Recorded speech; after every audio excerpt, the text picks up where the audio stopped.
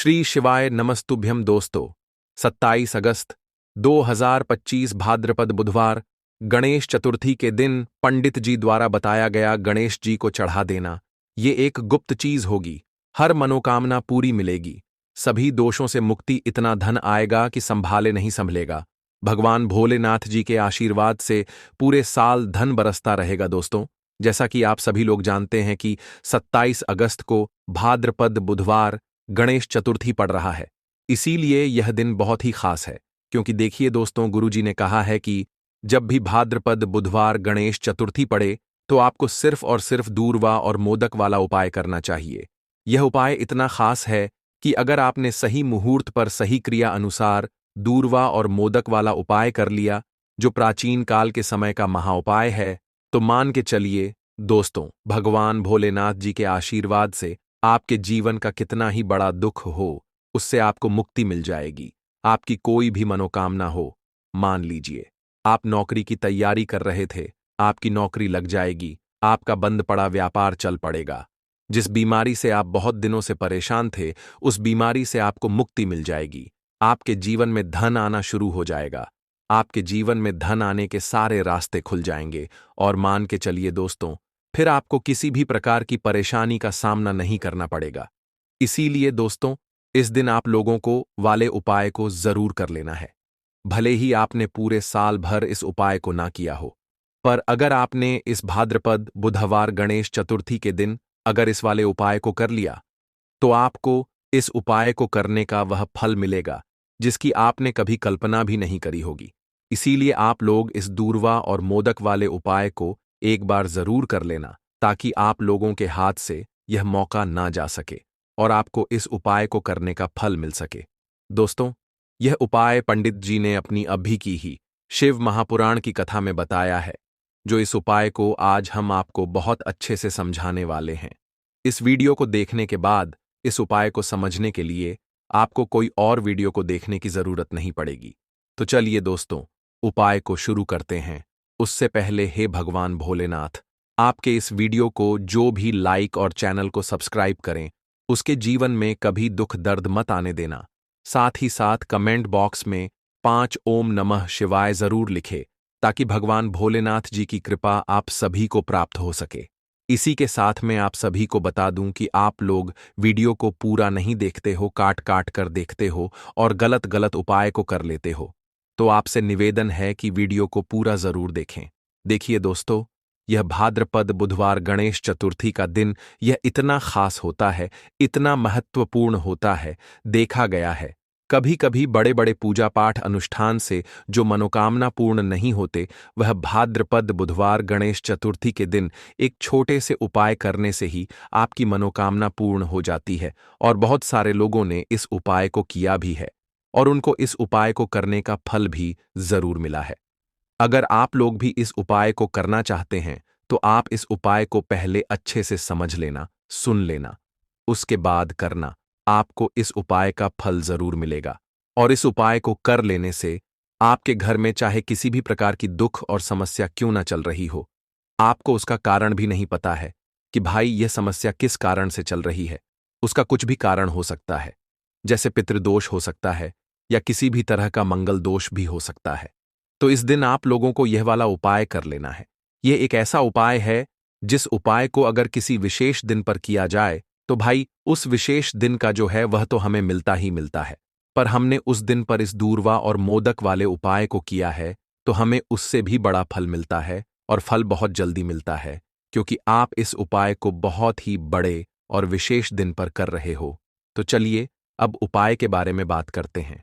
लेकिन उससे पहले आप लोगों को यह जानना आवश्यक है कि आखिर यह उपाय किस समय करना है, किसको करना है और कैसे करना है। तो चलिए हम आगे आपको वीडियो में एक एक करके बता देते हैं।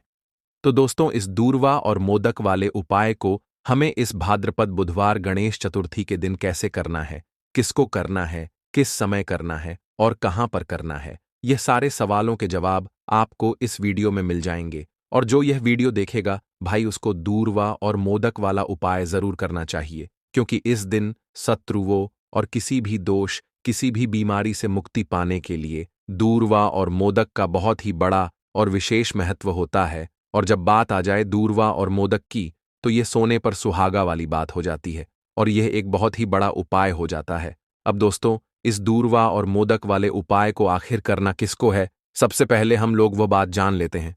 तो देखो, घर की जो बड़ी माताएं बहनें होती हैं, उन माताओं बहनों में से कोई भी एक बड़ी माता बहन इस वाले उपाय को कर सकती है। और दोस्तों, अगर आप चाहे तो अपने घर में से सभी सदस्यों को भी इस उपाय को करवा सकते हैं।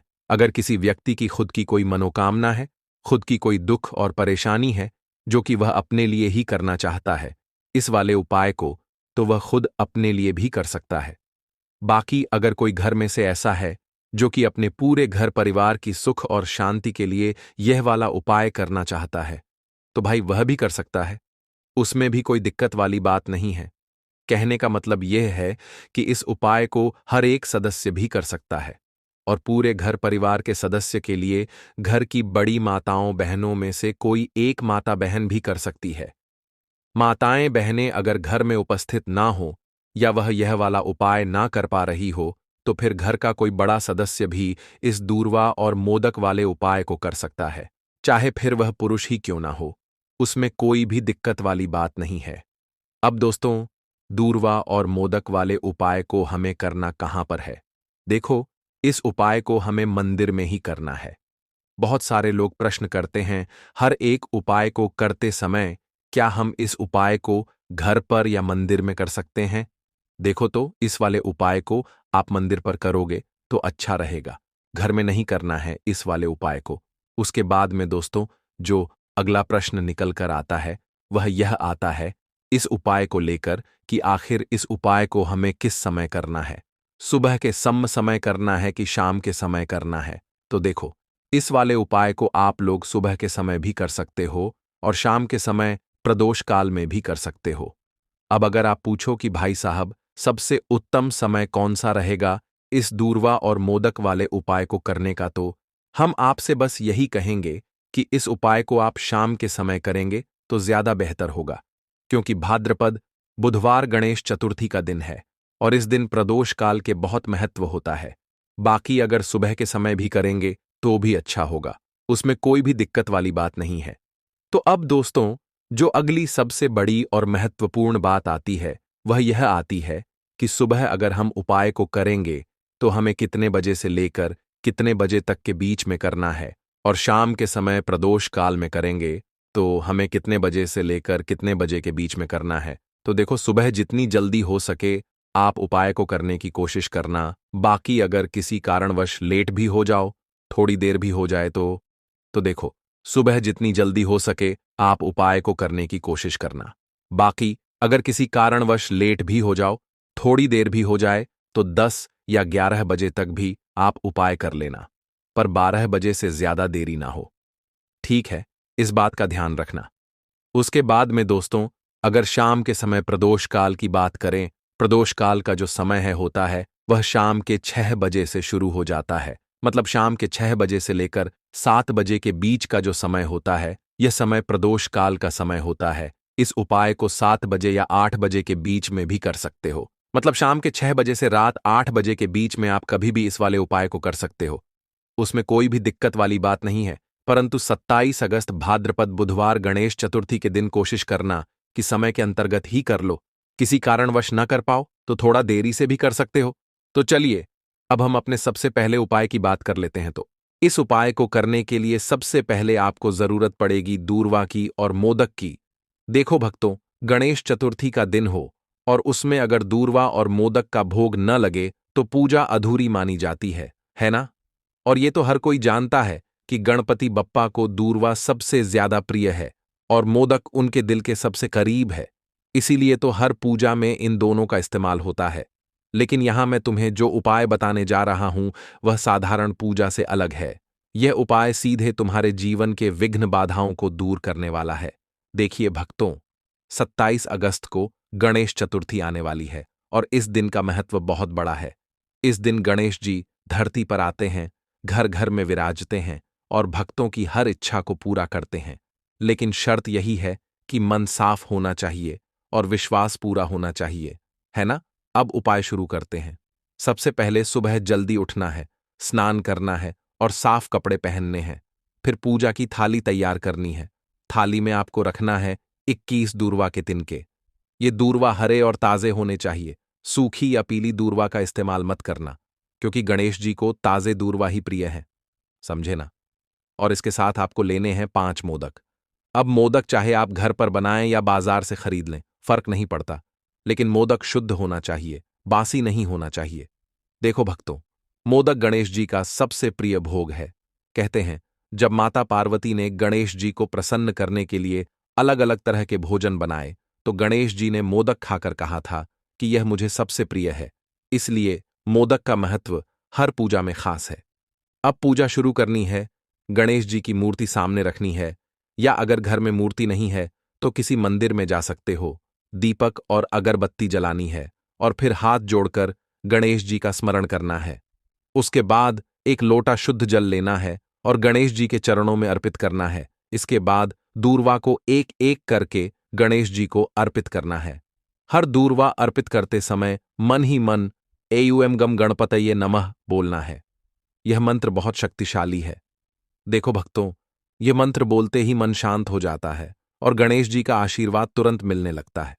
अब जब आप 21 दूर्वा अर्पित कर चुके होंगे, तब 5 मोदक गणेश जी के सामने भोग के रूप में रख देना है ना? आसान है ना अब तक? अब ध्यान से सुनो। पूजा पूरी होने के बाद असली उपाय शुरू होता है। देखो भक्तों, 21 दूर्वा में से थोड़ी सी दूर्वा और 5 मोदक में से एक मोदक का छोटा सा हिस्सा अपने घर लेकर आना है। बाकी मंदिर में ही रहने देना है। जो घर लाए हो उसका इस्तेमाल करना है।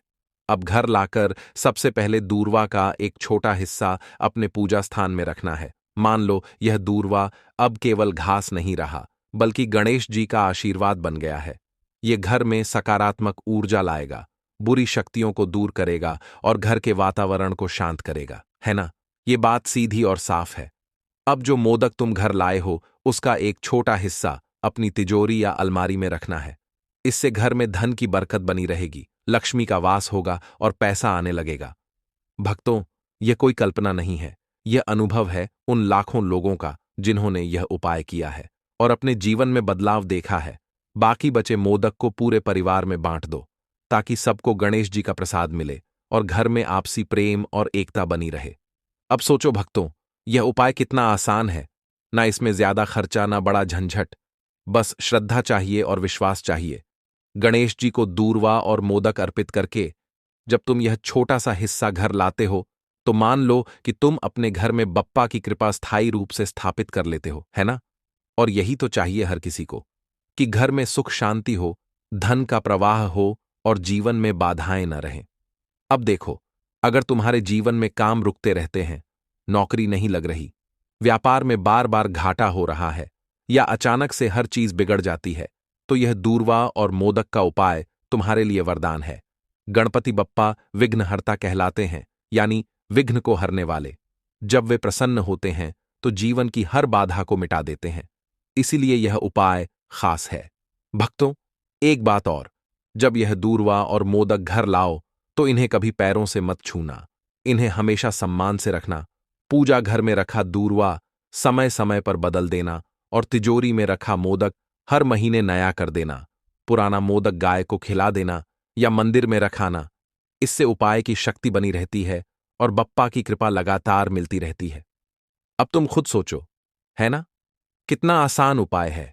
एक तरफ तुम गणेश जी को उनके प्रिय दूर्वा और मोदक से प्रसन्न कर रहे हो, और दूसरी तरफ वही प्रसाद अपने घर लाकर घर के लिए आशीर्वाद बना रहे हो।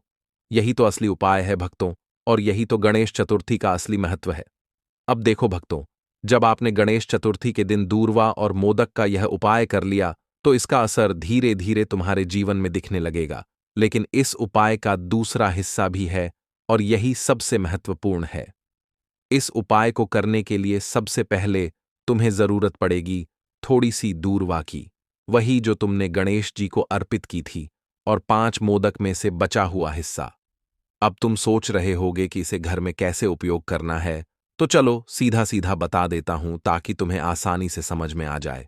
देखिए भक्तों, सबसे पहले तो दूर्वा को घर के पूजा स्थान में रख देना है ना? यह जो दूर्वा है ना, यह अब साधारण घास नहीं है, यह गणपति बप्पा का आशीर्वाद है। जैसे ही यह दूर्वा पूजा घर में रखा जाएगा, वैसे ही घर का वातावरण बदलने लगेगा। अगर घर में पहले झगड़े होते थे तो धीरे धीरे शांति आने लगेगी। अगर घर में नकारात्मक ऊर्जा रहती थी, लोगों को चैन नहीं मिलता था, तो वह सब खत्म हो जाएगा। ये दूर्वा घर के लिए जैसे रक्षा कवच बन जाएगी, है ना? अब तक तो समझ आ ही गया होगा। अब बात करते हैं मोदक की। 5 मोदक में से एक छोटा हिस्सा तिजोरी में रख देना है, जैसे मैंने पहले भी कहा था। लेकिन भक्तों, यहां खास बात यह है कि मोदक केवल मिठाई नहीं है, यह समृद्धि का प्रतीक है। जब यह तिजोरी में रखा जाता है तो यह पैसा खींच कर लाता है। मान लो कि पहले घर में पैसा आता था लेकिन टिकता नहीं था, तो यह मोदक उस पैसे को टिकने में मदद करेगा। धीरे धीरे धन की बरकत बढ़ेगी। जिनके व्यापार में घाटा है, उनकी दुकान में ग्राहकी बढ़ने लगेगी। है ना आसान और सीधा उपाय? न तो खर्चा ज्यादा, न मेहनत ज्यादा, लेकिन असर बड़ा। बाकी मोदक का क्या करना है, यह भी समझ लो।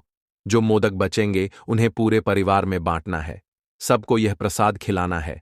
ऐसा करने से घर के सदस्यों में प्रेम बढ़ेगा, मनमुटाव खत्म होंगे और आपसी रिश्तों में मिठास आ जाएगी। देखो भक्तों, यही असली फायदा है प्रसाद का, कि जब सब एक साथ खाते हैं तो घर में एकता बढ़ती है। अब इस उपाय का एक और तरीका है। अगर घर में कोई बच्चा है जिसे रात में डर लगता है या बार बार बुरे सपने आते हैं, तो उस बच्चे के तकिए के नीचे दूर्वा का एक छोटा टुकड़ा रख दो। है ना? सीधी सी बात। इससे बच्चे का डर मिट जाएगा, बुरे सपने आना बंद हो जाएंगे और नींद गहरी आएगी। यह उपाय केवल बच्चों के लिए नहीं, बड़ों के लिए भी है। जो लोग रात को बेचैन रहते हैं, सो नहीं पाते, वे भी इस उपाय को कर सकते हैं। अब सोचो, अगर घर में हर समय अशांति रहती है, पैसे की बरकत नहीं है, रिश्तों में मिठास नहीं है, तो यह दूर्वा और मोदक का उपाय सब कुछ बदल सकता है। गणेश जी को विघ्नहर्ता कहा जाता है, जो विघ्न और बाधाओं को हर लेते हैं। जब वे प्रसन्न हो जाते हैं तो जीवन की हर रुकावट मिट जाती है। देखो भक्तों, एक और खास बात बताता हूं। यह उपाय केवल गणेश चतुर्थी के दिन ही नहीं, बल्कि हर बुधवार को भी किया जा सकता है। बुधवार गणेश जी का दिन है, उस दिन दूर्वा और मोदक अर्पित करने से भी वही फल मिलता है। लेकिन गणेश चतुर्थी का दिन तो सबसे खास है, क्योंकि उस दिन गणेश जी पृथ्वी पर अवतरित होते हैं और हर घर में विराजते हैं। अब तुम खुद सोचो, है ना आसान उपाय? न कोई झंझट, न बड़ा खर्चा, बस श्रद्धा से दूर्वा और मोदक अर्पित करना है और उसका थोड़ा हिस्सा घर में सही जगह रखना है। इतना करने से ही जीवन बदल जाएगा। गणपति बप्पा जब प्रसन्न होते हैं तो घर में सुख शांति, धन समृद्धि और स्वास्थ्य सब कुछ आता है। तो भक्तों, इस 27 अगस्त गणेश चतुर्थी पर यह उपाय जरूर करना। सुबह सुबह उठो, स्नान करो, दूर्वा और मोदक लेकर गणेश जी को अर्पित करो और फिर उसका थोड़ा हिस्सा घर में स्थापित कर लो। इतना करते ही देखना, तुम्हारे जीवन की परेशानियां धीरे धीरे दूर होने लगेंगी और तुम्हारे घर में खुशियां आने लगेंगी। तो चलिए, अब हम अपने अगले उपाय की बात कर लेते हैं। तो इस उपाय को करने के लिए सुबह होने से पहले उठ जाना है। घड़ी मत देखना, जब नींद अपने आप टूट जाए वही समय ठीक होता है। सबसे पहले जमीन पर पैर रखने से पहले मन में बोलना है, आज जो करूंगा वो सिर्फ अपने भाग्य को ठीक करने के लिए करूंगा। फिर बिना किसी से बात किए सीधा रसोई में जाना है। कोई दरवाजा जोर से मत बंद करना, सब कुछ धीरे से करना है। वहां हल्दी का डिब्बा ढूंढना है। जो सबसे कम इस्तेमाल होता है वही असली होता है। उसमें से बस एक चुटकी निकालनी है, न ज्यादा न कम। जितनी उंगलियों में आए उतनी, उससे ज्यादा नहीं। अब एक कटोरी चाहिए। तांबे की हो तो सबसे अच्छा, पीतल चलेगा, नहीं तो मिट्टी का छोटा सा प्याला भी चलेगा, लेकिन प्लास्टिक नहीं चलेगा। अब उस हल्दी को उस कटोरी में रखना है, बिना किसी मंत्र, बिना किसी सोच के। बस हल्दी डालते हुए इतना बोलना है, जो पीला है वो उजाला है। मेरे जीवन में अब यही उजाला चाहिए और कुछ नहीं। अब एक सफेद कपड़ा ले लो, रुमाल हो या धोती का किनारा, साफ हो, बस इतना जरूरी है। अब चुपचाप घर से बाहर निकल जाना है। किसी से पूछना नहीं, बताना नहीं। सीधे उस जगह जाना है जहां घास उगती हो। कोई मंदिर का पिछवाड़ा, कोई खाली मैदान, कोई तुलसी के पास की मिट्टी, कहीं भी जहां जमीन ने दूर्वा को जन्म दिया हो। अब जमीन पर बैठना नहीं है, बस खड़े खड़े, झुककर देखना है और धीरे धीरे दूरवा तोड़नी है। पूरी की पूरी नहीं, बस ऊपर की 3 पत्तियों वाली शाखा। एक नहीं, 2 नहीं, पूरे 21 तोड़नी है। लेकिन हर बार जब तोड़ो तब मन में एक बात बोलनी है, हे गणपति, मेरी अटकी हुई किस्मत को काट दो। हर बार यही, 21 बार। अब वो दूरवा रुमाल में लपेट लो और घर लौट आओ। अब जहां सबसे ज्यादा शांति हो वहां बैठो। मंदिर हो तो ठीक, नहीं तो दीवार का वो कोना जहां बचपन में बैठते थे वहां बैठ जाना है। अब कटोरी को अपने सामने रख देना है, दूरवा खोलनी है और एक एक करके सारी दूरवा उस हल्दी में डालनी है और हर बार मन में बोलना है, जो रुकावट है वो अब नहीं रहेगी। फिर उसी कटोरी को अपने दोनों हाथों से उठाना है, आंखें बंद करनी है और एक लंबी सांस लेकर उसे माथे से लगाना है। फिर बिना कुछ बोले, बिना कुछ मांगे, बस 5 मिनट तक मौन बैठना है। वो मौन ही सबसे बड़ी प्रार्थना है। अब उसी कटोरी में थोड़ा सा शुद्ध जल डालना है। अगर गंगा जल हो तो बहुत अच्छा, नहीं है तो भी चलेगा। पानी से हल्दी और दूरवा भीग जाए, बस उतना। अब कटोरी को सिर के ऊपर से 3 बार घुमाना है, पहले दाएं से, फिर बाएं से, फिर एक बार और दाएं से, जैसे कोई अंधेरे का घेरा काट रहा हो। और फिर उस कटोरी को लेकर चुपचाप घर से बाहर जाना है, किसी पुराने पीपल के पेड़ के नीचे या किसी बहते पानी में, नदी में। वहां जाकर वो हल्दी और दूरवा बहा देनी है। लेकिन ध्यान रखना, पीछे मुड़कर नहीं देखना है। जैसे जो छोड़ आए वो अब दोबारा जिंदगी में लौटे नहीं। फिर लौट कर घर आना है, हाथ मुंह धोना है, लेकिन न कुछ खाना है न पीना है। कम से कम दोपहर तक कुछ नहीं, सिर्फ मौन रहना है और मन में एक बात टिकाए रखना है, अब जो होगा वो मेरे लिए सही होगा। यही उपाय है, यही टोटका है और यही भरोसा है। इसे किसी को बताना नहीं है, किसी से चर्चा नहीं करनी है। और किसी दिन अचानक जब कोई बंद दरवाजा अपने आप खुल जाए तो समझ लेना, हल्दी और दूरवा ने अपना काम कर दिया है। अब जब उपाय पूरा हो गया, जब तुमने चुपचाप हल्दी उठाई, दूरवा तोड़ी, मंत्र नहीं बोला लेकिन प्रार्थना की, तो समझो कि अब काम उस स्तर पर शुरू हुआ है जहां शब्द नहीं पहुंचते, जहां इंसान की समझ रुक जाती है और जहां से किस्मत की चाल चलती है। मगर दिक्कत यह है कि आजकल इंसान इतना शोर सुनता है कि जब जीवन में कोई बदलाव चुपचाप आता है तो वो उसे पहचान ही नहीं पाता। इसलिए जरूरी है ये जानना कि उस उपाय ने असर करना शुरू किया है या नहीं, और अगर हां तो कैसे। सबसे पहला संकेत, मन की हल्कापन। कोई बड़ी बात नहीं होती, बस एक सुबह उठते हो और बिना वजह मन हल्का महसूस करता है। न कोई बड़ी खुशखबरी मिली होती है, न कोई पैसा वापस आया होता है, लेकिन भीतर से लगता है कि जैसे कुछ हट गया है। कोई बोझ, कोई डर, कोई घबराहट जो महीनों से थी आज नहीं है। यही पहला संकेत है कि उस हल्दी ने अपना रंग फैलाना शुरू कर दिया है और दूरवा ने जो बांधा था उसे काटना शुरू कर दिया है। दूसरा संकेत, वो लोग जो आपको नीचा दिखाते थे अचानक चुप हो जाते हैं। वो जो रोज ताना मारते थे, वो जो आपको नजरअंदाज करते थे, वो जो आपके रास्ते में दीवार बनते थे, अचानक जैसे किसी अदृश्य ताकत ने उनकी जुबान बांध दी हो। वो सामने होते हुए भी आपसे कुछ नहीं कह पाते। और जब आप जाते हो तो उनके चेहरे पर एक झिझक होती है, जैसे वो जानते हों कि अब आप वही नहीं रहे। यह दूरवा का काम है जो रुकावटें बिना आवाज के काट देती है। तीसरा संकेत, रुका हुआ पैसा, अटका हुआ काम अचानक बिना कोशिश के हल हो जाता है। जैसे किसी ने फाइल को धकेल दिया हो, जैसे कोई केस जो सालों से रुका था उसमें तारीख लग जाए, या बैंक का वो चेक जो बार बार लौटता था अब पास हो जाए। आप खुद सोचोगे, मैंने तो कुछ नहीं किया, फिर ये कैसे हो गया? और वहीं आपको याद आएगा, मैंने कुछ किया था, पर मौन में। चौथा संकेत, सपनों में कुछ दिखने लगता है। ये बात बहुत लोग नजरअंदाज कर देते हैं, लेकिन असर का असली रास्ता सपनों से होकर भी निकलता है। कोई पुराना बुजुर्ग दिखे जो चुपचाप खड़ा हो, कोई मंदिर दिखे जहां आप अकेले हों, कोई नदी जिसमें आप नहा रहे हों, या कोई पेड़ जिसके नीचे आप बैठे हो। ये सब संकेत हैं कि आपकी आत्मा उस ऊर्जा से जुड़ चुकी है जो हल्दी और दूरवा के जरिए जागी थी। पांचवा संकेत, बिना बोले लोगों का बर्ताव बदलने लगता है। घर में जो लोग आपको तवज्जो नहीं देते थे अचानक बात करते हुए रुकते हैं। आपकी बातों को सुना जाने लगता है। ऑफिस में जो लोग मजाक उड़ाते थे अब सलाह पूछने आते हैं। यह वो बदलाव है जो किसी विजेता की घोषणा नहीं करता, बस हवा का रुख बदल देता है। और सबसे गहरा संकेत, आपको कोई नया रास्ता दिखता है जो पहले कभी दिखा ही नहीं था। हो सकता है कि अचानक कोई नया काम हाथ लगे, कोई पुराना हुनर याद आए, कोई दोस्त पुराना फोन करे और नई बात कहे, या फिर अंदर से कोई आवाज आए, अब ये काम बंद करो और ये शुरू करो। यही सबसे मजबूत इशारा होता है कि हल्दी और दूरवा का टोटका सिर्फ बाहर नहीं, भीतर भी असर कर रहा है।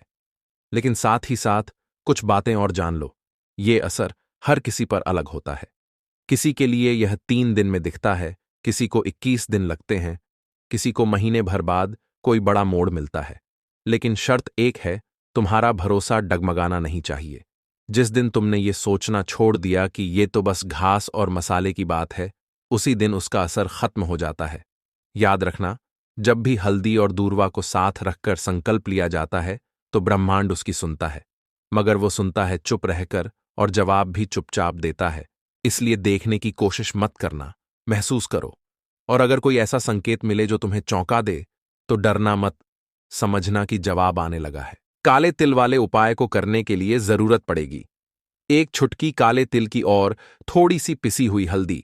और आपको बुधवार के दिन यह एक छुटकी काला तिल वाला बहुत ही छोटा सा उपाय करना है। इस उपाय को करने से आपको 1 महीने के अंदर अंदर करोड़पति बनने से भी कोई नहीं रोक पाएगा, क्योंकि आज बुधवार भी पड़ रही है। तो ये अगर बुधवार के दिन पड़ जाएं तो यह सोने पर सुहागा हो जाता है। साथ ही साथ जो लोग अपने गुप्त शत्रुओं से परेशान हैं, अपने शत्रुओं से परेशान हैं, नजर दोष से परेशान हैं, तो ऐसा समझ लीजिए कि आज की वीडियो में आपको ऐसा उपाय बताने वाले हैं कि आपकी हर समस्या का हल इस एक वीडियो से आपको मिल जाएगा। चाहे तो आप अपनी कुंडली में, अपने जीवन में राहु केतु से परेशान हैं, शनि की पीड़ा से परेशान है, या फिर कोई भी आपके घर में वास्तु दोष है, नजर दोष है, हर प्रकार का हल आज की वीडियो में आपको मिल वाला है। क्योंकि आज की वीडियो में ऐसा उपाय आपको बताने वाले हैं, एक छुटकी काला तिल आपके जीवन में चमत्कार का काम करेगा और आप अपने जीवन में धनवान नहीं, महाधनवान बनेंगे। तो बुधवार का दिन जो होता है, इस दिन महादेव की विशेषक पूजा की जाती है। माता पार्वती का इस दिन पूजन किया जाता है। और आपको बता दें, बुधवार वाले दिन जो व्यक्ति एक छुटकी काले तिल वाला उपाय कर लेता है, ऐसा समझ लीजिए कि महादेव उसे ऐसा वरदान दे देते हैं कि उसके जीवन में धन न सुख वैभव तो आता ही है, कभी भी उसके जीवन में निर्धनता और गरीबी लौटकर नहीं आती है। बुधवार के दिन में जो भी व्यक्ति महादेव की पूजा अर्चना कर लेता है, समस्त सुख उसे अपने जीवन में मिल जाते हैं।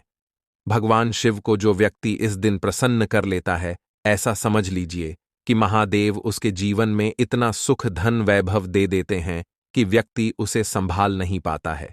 तो आज की वीडियो विशेषकर उन लोगों के लिए है जो धन को लेकर परेशान है या अपने शत्रुओं को लेकर परेशान है। क्योंकि बुधवार का दिन जब पड़ जाए तो ऐसा समझ लीजिए कि शत्रुओं पर आप अपने विजय प्राप्त कर लेते हैं। तो बात कर लेते हैं एक छुटकी तिल वाला उपाय आपको कैसे करना है और कैसे यह उपाय करके आप अपने जीवन में महाधनी बन सकते हैं। तो देखिए, पहला उपाय जो है यह महाधनी बनने के लिए है और इस उपाय को करने से कभी भी आपके पास धन की कमी नहीं रहती है। देखिए, जो भगवान कुबेर है ना, उन्होंने भी महादेव के मंदिर में दीपक जलाए थे और आप सभी उनके बारे में जानते हैं कि वह कितने धनी हैं, कितना धन है ना, अंदाजा लगाना भी शायद बहुत कठिन होगा। तो देखिए, आपको करना क्या है। आपको यहां पर एक देसी घी का दीपक तैयार करना है, एक चुटकी काला तिल लेना है और इसी दीपक के अंदर आपको एक चुटकी काला तिल डालना है। अब यह दीपक आपको बुधवार वाले दिन यानी बुधवार को शाम के समय में महादेव के मंदिर में जाकर प्रज्वलित करना है। महादेव के मंदिर में जाना है और वहां यह दीपक आपको जलाना है। जो व्यक्ति इस उपाय को कर लेता है ना, ऐसा समझ लीजिए कि कभी भी उसके पास पूरे जीवन काल में पैसों की कमी नहीं रहती है, धन संपदा उसके घर में बढ़ती चली जाती है। जो एक छुटकी काले तिल डालकर एक दीपक महादेव के मंदिर में प्रज्वलित कर देता है। तो जो लोग बहुत ज्यादा परेशान हैं धन को लेकर, जिन्हें धन चाहिए, जीवन में सुख शांति नहीं है, पैसा नहीं है उन्हें, तो यह उपाय विशेषकर बुधवार वाले दिन जरूर करना है। तो देखिए, यह बुधवार का दिन तो आप सभी जानते हैं कि माता लक्ष्मी को समर्पित होता है तो धन संपदा की कभी जीवन में कमी नहीं रहेगी, पैसे की कभी कमी नहीं रहेगी। यह एक दीपक वाला उपाय आप इस दिन जरूर करें। तो चलिए अब बात कर लेते हैं अपने दूसरे उपाय की। देखिए, बहुत बार क्या होता है कि हमारी कुंडली में राहु केतु अगर अशुभ प्रभाव देने लगे तो जीवन के दुख बढ़ते चले जाते हैं। अब बहुत सारे लोगों को तो राहु केतु जो है उनके बारे में बिल्कुल अंदाजा ही नहीं होता है कि राहु केतु होते क्या, या हमारी कुंडली में ये कैसे अशुभ प्रभाव देते हैं। अच्छा, जिन लोगों को पता भी होता कि राहु केतु क्या है, लेकिन अंदाजा लगाना बहुत मुश्किल होता है कि कैसे कुंडली में यह अशुभ प्रभाव दे रहे हैं, है ना? क्योंकि जो जानकार होते हैं उन्हें तो पता होता है, जिनको जानकारी नहीं होगी वह अंदाजा नहीं लगा पाते हैं। तो देखिए, अगर आपके जीवन के दुख लगातार बढ़ रहे हैं, कुछ ना कुछ आपके साथ हमेशा गलत हो रहा है, तो राहु केतु कहीं ना कहीं आपकी कुंडली में अशुभ प्रभाव आपको दे रहे हैं। ठीक है ना? अब घर में बहुत बार क्या होता है कि बहुत सारे लोगों के घरों में कहीं ना कहीं गंदगी होती है, सफाई नहीं करते, तो कहीं ना कहीं क्या होता है, उससे राहु एक्टिव हो जाता है ना? और अशुभ प्रभाव देने लगता है। तो आपको क्या करना है? अपने राहु केतु को अपनी कुंडली में ठीक करना है। करना कैसे है? ठीक, काले तिल से। काले तिल के उपाय से ऐसा समझ लीजिए कि चाहे तो शनि की पीड़ा आपको परेशान कर रही हैं, राहु केतु अशुभ प्रभाव आपको दे रहे हैं, हर प्रकार का हल आपको इस एक उपाय से मिल जाएगा। क्योंकि शनि की आय भी जब परेशान करती हैं तो व्यक्ति का जीवन दुखों से घिर जाता है। क्योंकि शनि देव जब दुख देते हैं तो हर तरफ से जीवन में दुख आता है, क्योंकि वह कर्म फलदाता है, व्यक्ति को उसके कर्मों के हिसाब से फल देते हैं। लेकिन अगर शनिदेव किसी से प्रसन्न हो जाए ना, तो फिर धन सुख भी इतना देते हैं कि व्यक्ति संभाल नहीं पाता है। यह भी सत्य है। अब करना क्या है? बुधवार के दिन आपको जल में काला तिल मिलाना है, ठीक है ना? एक लोटे में जल ले लेंगे, उसके अंदर 2 चुटकी 1 चुटकी काला तिल डाल देंगे। अब इसी जल से आपको महादेव को अर्घ देना है, मतलब महादेव की शिवलिंग पर आपको जल चढ़ाना है। कौन सा जल चढ़ाना है? 1 या 2 चुटकी काला तिल डालकर। यह उपाय शाम के समय का है, प्रदोष काल का है। बुधवार के दिन में जितने भी उपाय किए जाते हैं वह शाम के समय के ही होते हैं, ठीक है ना? तो शाम के समय में यह उपाय आपको करना है। महादेव से प्रार्थना कर लेना कि मेरी कुंडली में, मेरे जीवन में जो भी ग्रह मेरे ठीक नहीं है उन्हें महादेव आप ठीक कर देना। तो जो व्यक्ति इस उपाय को करता है, चाहे तो शनि की 7.5 परेशान कर रही है, चाहे तो राहु केतु कुंडली में अशुभ प्रभाव दे रहे हैं, सारी पीड़ाएं आपके जीवन से दूर हो जाती है। राहु केतु जो है यह भी शांत हो जाते हैं, शनिदेव की कृपा आपके ऊपर बरसती है और महादेव ऐसा आशीर्वाद आपको देते हैं कि जीवन के जितने भी दुख हैं ना, वह दूर होते चले जाते हैं। तो यह दूसरा उपाय है। अब बात कर लेते हैं तीसरे उपाय की, जो कि शत्रु पर विजय पाने के लिए है। मतलब शत्रु आपका कुछ बिगाड़ नहीं पाएंगे, आपके शत्रु शांत भी हो जाएंगे और उनसे छुटकारा भी आपको मिल जाएगा। क्योंकि यह बिल्कुल सत्य है कि जब किसी व्यक्ति के जीवन में शत्रु उसे परेशान करते हैं ना, तो व्यक्ति हर तरफ से परेशान हो जाता है, क्योंकि उसे समझ में ही नहीं आता है कि उसके जीवन में इतना सब कुछ गलत कैसे हो रहा है। कहीं ना कहीं कुछ ना कुछ लोग ऐसे होते हैं जो सामने वाले व्यक्ति को इतना परेशान कर देते हैं कि धन घर में आएगा नहीं, पैसे को लेकर व्यक्ति परेशान रहने लगेगा, है ना? सोच सोच कर परेशान हो जाते हैं कभी कभी कि कैसे शत्रुओं से छुटकारा मिलेगा। अब लेकिन आपको अपने शत्रुओं से छुटकारा मिलेगा, क्योंकि बुधवार जो होती है, मतलब जब बुधवार के दिन पड़ जाती है ना, तो आप अपने शत्रुओं से छुटकारा पा सकते हैं। उपाय क्या रहेगा? क्या करना है आपको उपाय को करने के लिए? तो देखिए, यहां पर आपको शमी की पत्तियां लेनी है। 2 से 3 शमी की पत्तियां आप ले लें और आपको क्या करना है, गंगा जल से शमी की पत्तियों को धो लेना है, साफ कर लेना। अब आपको यह शमी पत्ता, जो शमी पत्र आपने लिया है, यह आपको शिवलिंग पर चढ़ाना है और वहीं पर बैठकर थोड़ी देर आपको ओम नमः शिवाय का जाप करना है। नमः शिवाय, ठीक है ना? 108 बार बोलना है। अगर ना बोल पाए तो 21 बार भी आप बोल सकते हैं, पूरी सच्ची श्रद्धा से। महादेव से प्रार्थना कर लेना, महादेव से कह देना, महादेव, मेरे जीवन में मेरे शत्रुओं ने मुझे बहुत परेशान कर रखा है। मैं अपने जीवन के शत्रुओं से परेशान हो चुका हूं। मैं हर तरफ से हार चुका हूं, हर जगह से हार चुका हूं। मुझे नहीं समझ आता। मैं क्या करूं? मुझे बस आपकी कृपा चाहिए, आपका आशीर्वाद चाहिए। आपका आशीर्वाद होगा तो मुझे पता है कि मेरा कोई भी शत्रु मेरा कुछ नहीं बिगाड़ पाएगा। और यह सत्य है, जब महादेव किसी के साथ होते हैं ना, तो साक्षात काल भी आकर उस व्यक्ति का कुछ नहीं बिगाड़ पाता है। तो जो लोग शत्रुओं से छुटकारा पाना चाहते हैं, वह महादेव की शिवलिंग पर बुधवार वाले दिन शाम के समय में समीपत्र जरूर अर्पित करें और महादेव से कहे, आपके शत्रु से आपको हमेशा के लिए छुटकारा मिल जाएगा। तो देखिए, आज की वीडियो में बहुत अच्छे से उपाय आपको बताने और समझाने का प्रयास किया है। तो बात करें अगले महत्वपूर्ण और प्रभावशाली उपाय के बारे में। दीपक वाला उपाय करने के लिए आपको सबसे पहले जरूरत पड़ेगी एक दीपक। अब यह एक दीपक बुधवार की रात अपने घर में इस जगह पर जला देना, बड़े से बड़ा शत्रु भी घुटने टेक देगा। दोस्तों, जैसा कि आप सभी जानते हैं, मार्गशीर्ष महीने की बुधवार के दिन बहुत ही शुभ संयोग बन रहे हैं और इस दिन अगर आप 11 लौंग और एक कपूर अपने घर में जलाते हैं तो शत्रुओं से हमेशा के लिए आपको छुटकारा मिल जाएगा। अब देखिए, किसी भी व्यक्ति के जीवन में जब शत्रु से परेशान करते हैं तो वह व्यक्ति अपने जीवन में दुखों से बहुत परेशान हो जाता है। शत्रु हमेशा कुछ ना कुछ ऐसा करवाते हैं जिसके बाद नजर दोष लगती है और अच्छा खासा काम भी बिगड़ने लगता है। व्यापार में मद्दा आने लगता है, लोगों की तबीयत खराब होने लगती है। जरूरी नहीं है कि सामने वाला व्यक्ति जैसा दिखता है वैसा हो। देखिए, बहुत सारे लोग हैं जो बहुत अच्छे होते हैं, है ना? लेकिन कुछ लोग ऐसे होते हैं जो कब आपके शत्रु बन जाते हैं, आपको खुद भी पता नहीं चलता है। एक तो वह शत्रु होते हैं जो सामने से सीधे सीधे हम पर वार करते हैं, है ना? एक शत्रु ऐसे भी होते हैं जो कि पीठ पीछे कुछ होते हैं और सामने से कुछ होते हैं, है नाना? तो ऐसे शत्रु होते हैं गुप्त शत्रु, और ऐसे शत्रुओं से हमेशा आपको बचकर रहने की जरूरत होती है। आप अपने शत्रुओं को शांत भी कर सकते हैं और इस उपाय को करने से आपको शत्रुओं से छुटकारा भी मिल जाएगा। लौंग जो होती है, यह शिविर शक्ति का स्वरूप होती है और आप सभी जानते हैं कि महादेव जिसके साथ हो ना, साक्षात काल भी आकर उसका कुछ बिगाड़ नहीं पाता है। अच्छा, बुधवार का जो दिन होता है यह इतना उत्तम होता है कि आप इस दिन अपने पितरों को प्रसन्न कर सकते हैं, धन प्राप्ति के लिए उपाय कर सकते हैं और शत्रुओं से भी छुटकारा पा लेते हैं।